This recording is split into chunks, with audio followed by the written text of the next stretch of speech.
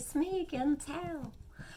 I've been thinking about all of you, and I have so many videos I'd like to make and share with you. I I'm going to do my best to try and start posting every 2 weeks.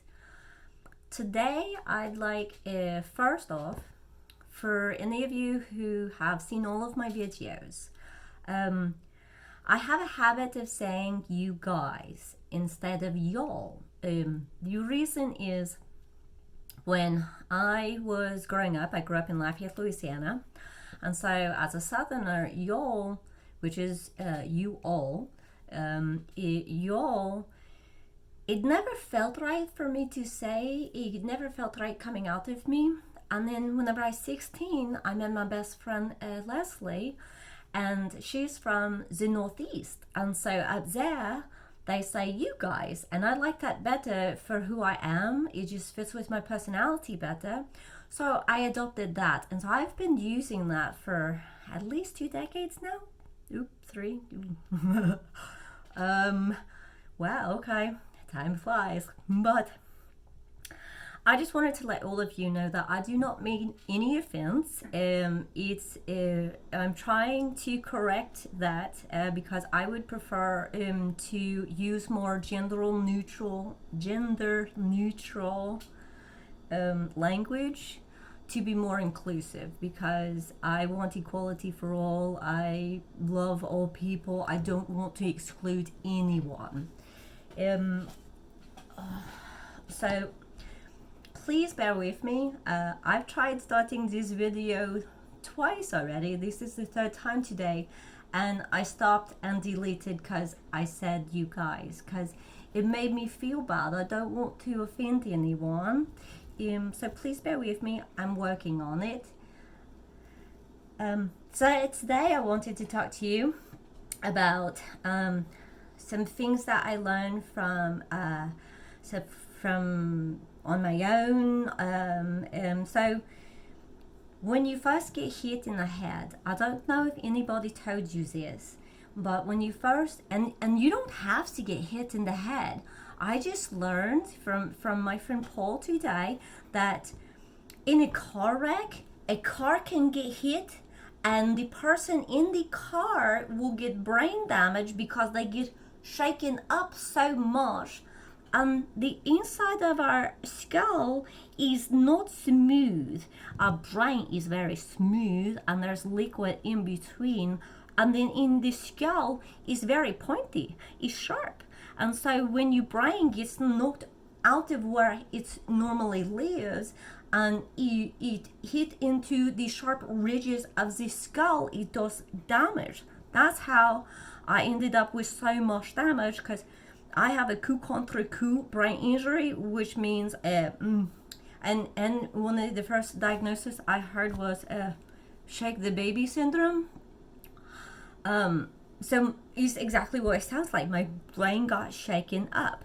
A coup contre coup brain injury is when you get hit so hard here, and your brain go this way and hit this side of your skull, and it kind of go back and forth in your skull and does damage. That's how I ended up with damage on every part of my brain, including my brainstem and my corpus callosum. Corpus callosum, it connects the two hemispheres.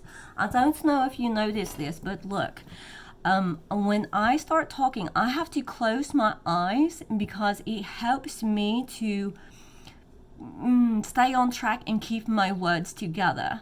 I cannot look at me saying these things on camera because then it throws me off. My movement will start hurting me.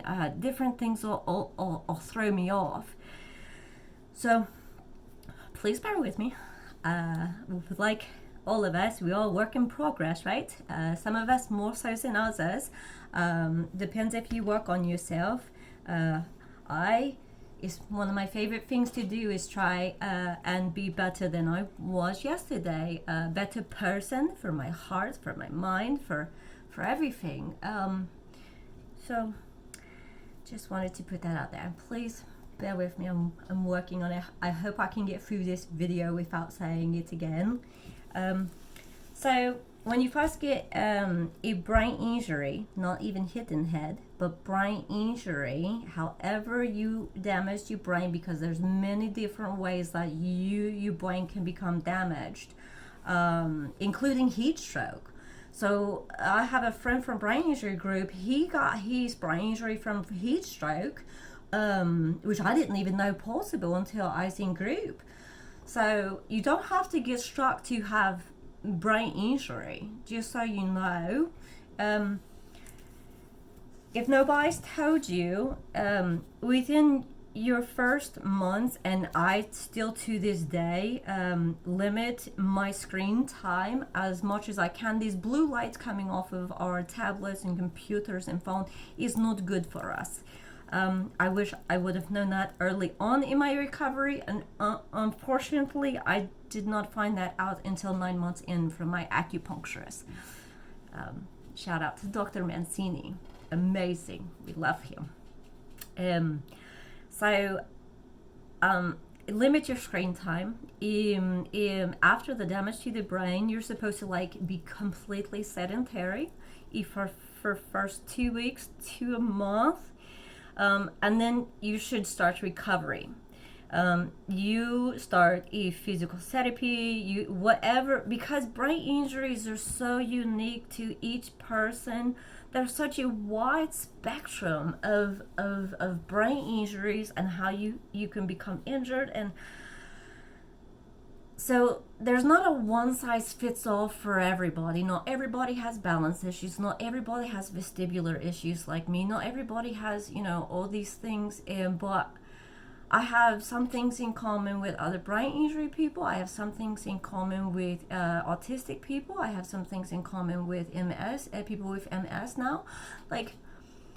So just stay open to all kinds of therapies. I wanted to share with you my migraine cap. I lived in this in the first year and a half, and still, today I'll probably put it on. So this is ice pack, and it go just right in. You can look, I got this from Amazon. Ouch, oh, I moved too fast. One of my favorite coffee cups almost fell off the counter. It's from Germany, from whenever I went to Meeting Vault. I cannot break that. I already have break my glue fine. By the way, my friend Jake, if you're watching, I would love to have another glue fine coffee cup, please. I collect them, coffee cups. And